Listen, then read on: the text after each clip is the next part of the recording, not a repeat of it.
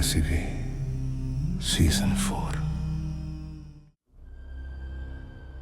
रात के 2 बज रहे थे। आर्यन अपनी कार से एक सुनसान पहाड़ी रास्ते से गुजर रहा था।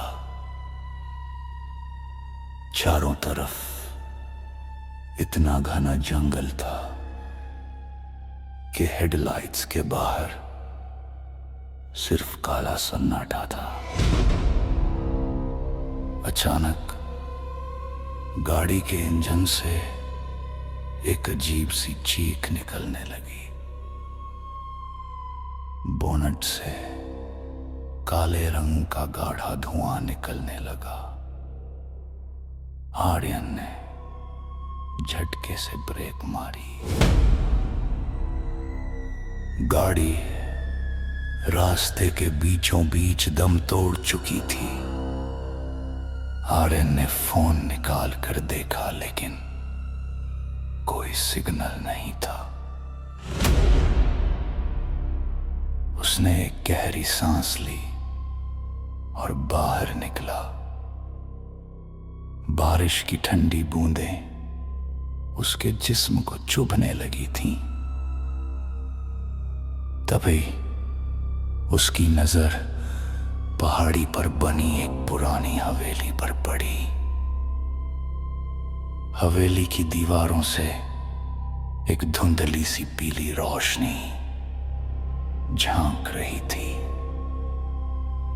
कोई और रास्ता न देख आर्यन उस हवेली की तरफ बढ़ने लगा।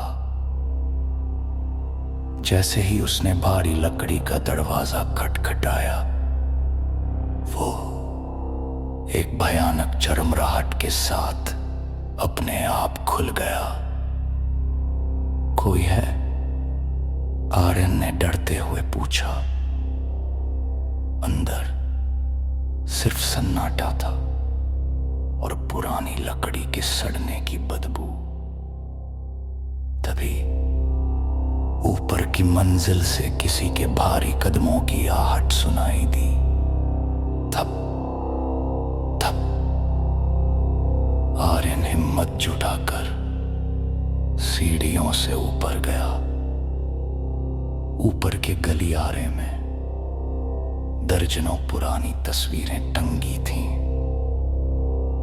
जैसे जैसे आर्यन आगे बढ़ रहा था, उन तस्वीरों की आंखें उसे देख रही थीं। एक कमरे का दरवाजा थोड़ा खुला था। अंदर एक बूढ़ी औरत आईने के सामने बैठी बाल संवार रही थी।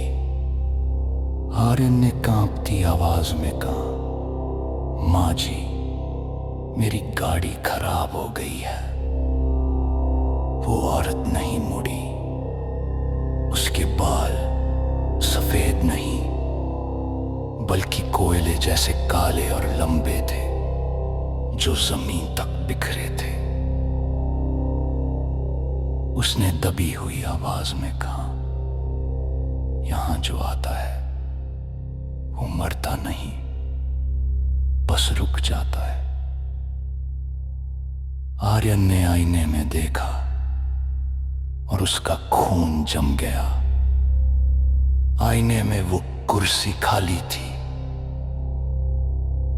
वहां कोई औरत नहीं थी, सिर्फ आर्यन खड़ा था और उसके पीछे एक साया। आर्यन डर के मारे पीछे हटा, लेकिन पीछे कोई दीवार नहीं थी। पूरा कमरा धीरे धीरे पिघलने लगा। तभी उसकी नजर कोने में रखे एक पुराने संदूक पर पड़ी।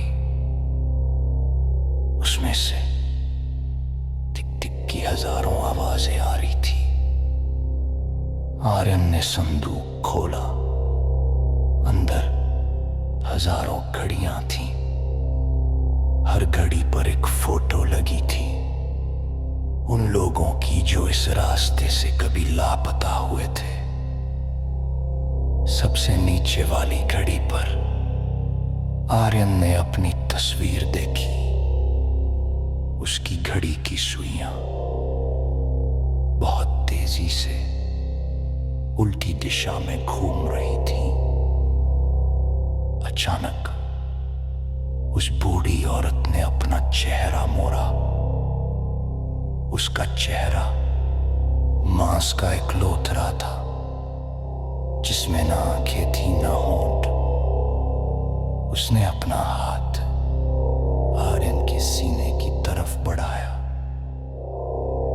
आर्यन भागने के लिए मुड़ा, लेकिन अब वहां कोई दरवाजा नहीं था, सिर्फ एक अंतहीन गलियारा था जो अंधेरे में खत्म हो रहा था।